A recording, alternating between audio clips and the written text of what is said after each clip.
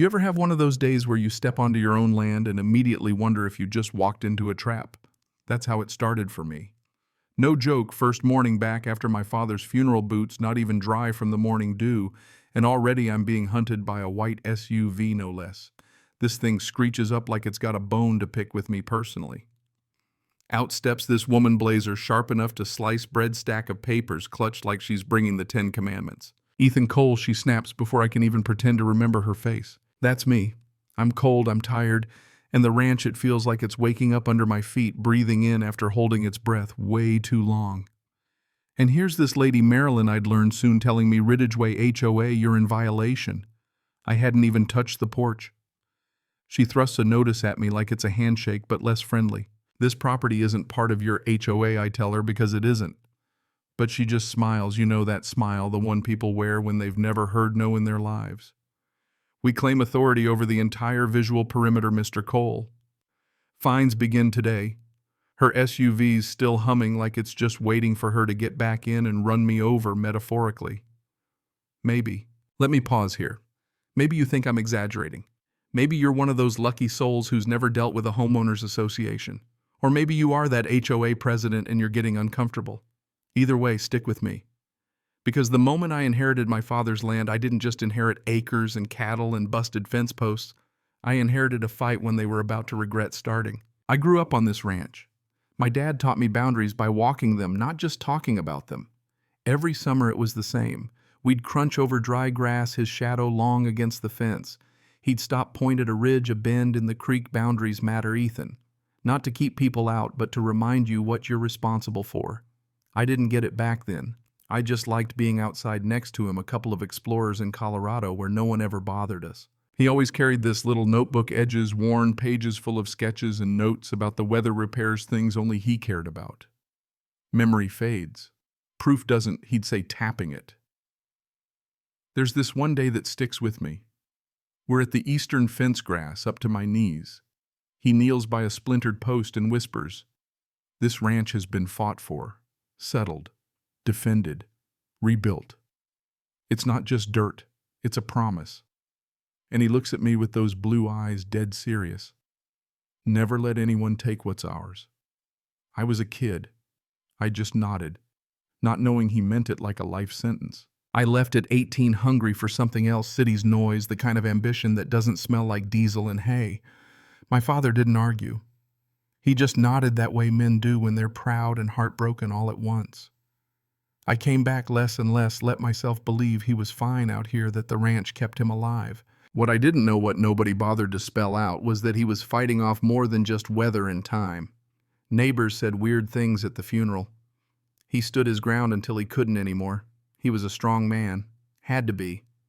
I chalked it up to rancher pride, but then I found his office, same old smell, dust and cedar, everything, neat maps on the walls.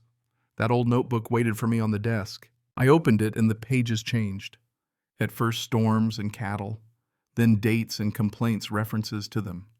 Near the back, a note in shaky handwriting, "Ethan, if you're reading this, the fight has reached you." I held the line as long as I could. Some battles don't end with the man who starts them. Don't let them bury this land under their rules. Don't let them take what's ours. That hit me harder than the cold in my bones. I sank into his chair and just sat there, guilt crawling over me like a second skin. I wasn't inheriting land. I was inheriting a war, his stubborn hope, his unfinished business, his responsibility. By morning, the ranch felt watched. Not heavy, not silent, just aware.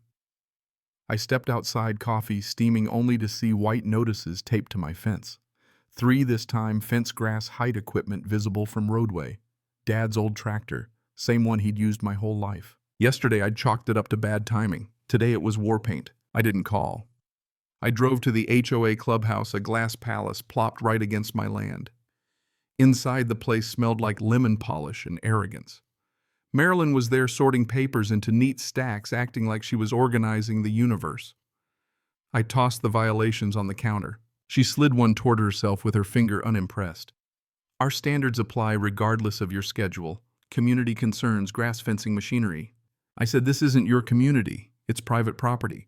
Outside your subdivision. Outside your jurisdiction." Her eyes got colder. "Your father understood our authority. He may not have agreed, but he complied. No way. That wasn't him. Respect isn't the word you want. He didn't agree with you. She crossed her arms. We maintain visual harmony. That includes adjacent properties, discretionary oversight. The way she said it like she was reciting a magic spell. I laughed. Show me the county law that exists in. She smiled. Some homeowners prefer cooperation over confrontation. I hope you're not choosing the latter. Every word was a dare. So I leaned in. Let me make this clear. You don't control my land. Not 1 inch. Her voice dropped. Then you leave me no choice but to escalate enforcement, daily fines, complaints, assessments. This can get very uncomfortable for you, Mr. Cole. I stared her down. Do what you need to do. I'm not paying a dime. She didn't expect that. For the first time, her smile slipped. I was leaving when I noticed something on the wall, a framed aerial map, the kind developers use. The clubhouse was drawn a hair over a faded, dotted line. A boundary. My father's boundary. My heart jumped. Not proof, not yet, but a crack of light in a locked room. 3 days later, a county inspector showed up, clipboard in hand, muttering about septic leakage near your east pasture. I almost laughed. Dry as a bone out there. He checked, shook his head. I'll file it as unfounded. Then he looked at me tired. If I'm honest, I've been out here before. Your father dealt with this too. False complaints. Usually right after the HOA got irritated. Document everything. That landed heavy. This wasn't new. This was inherited. Then came the online smear. Someone posted a photo of my ranch, called it an eyesore, dragging down property values, claimed I refused to cooperate with Ridgeway standards. Comments piled on disgraceful move it or fix it outsiders ruining the community. A few tried to defend me, drowned out in the mob. At the grocery store, people whispered. At the feed store, I got a cold. Hope you get things sorted. I'd been here a week and already the walls were closing in. I dug through my father's files, searching for a reason, a rope to grab. I found a box, old HOA notices, years of them.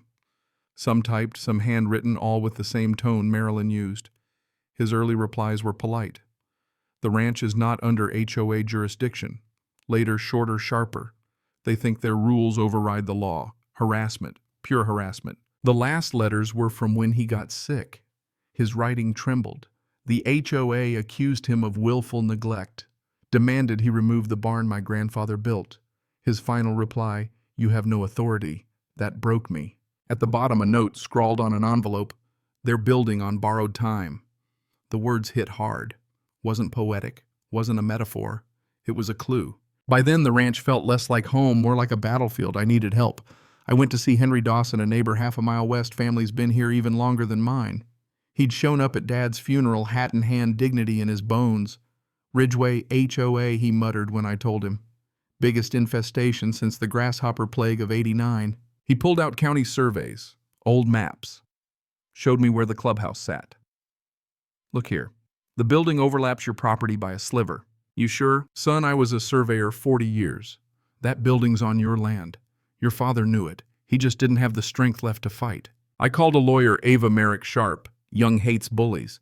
She walked the property, checked the maps. Her brow furrowed. "This is clear encroachment, but we need proof, county records." We found it.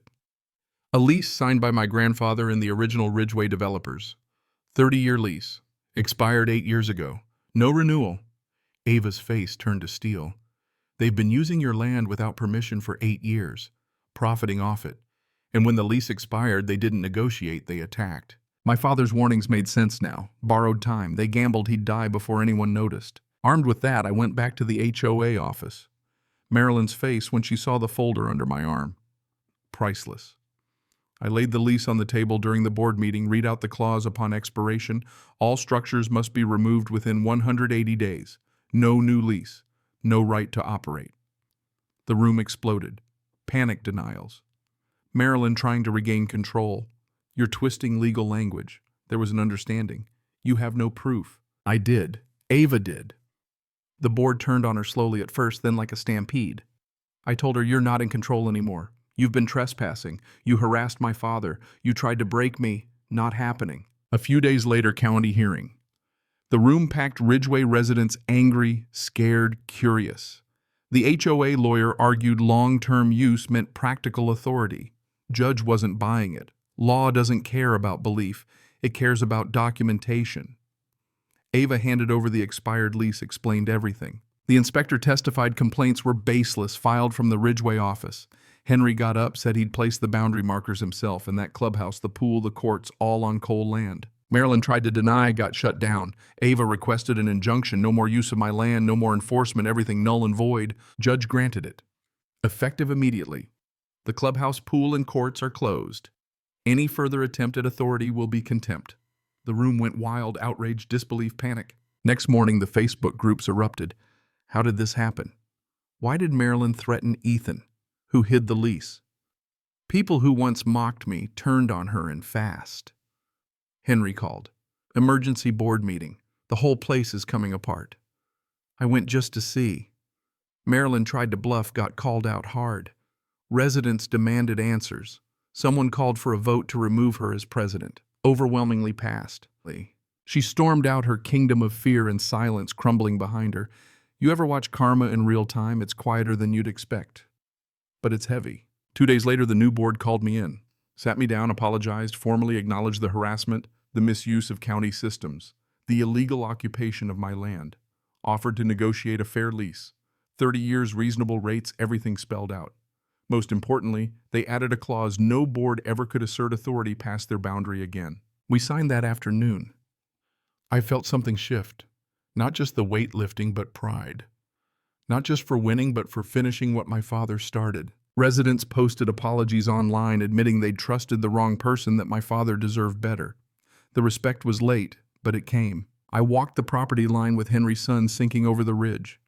Your dad would have liked this, he said. He'd be proud you didn't bend. I hope so. That night I stood on the porch, wind cool against my face. The ranch didn't just feel safe, it felt restored. I whispered my father's words I finally understood. Never let anyone take what's ours. And I hadn't. Marilyn left Ridgeway like a storm, fast, loud, and leaving wreckage. Word got around, lost her job license under review. Even her old supporters dropped her name like it burned. I didn't feel pity.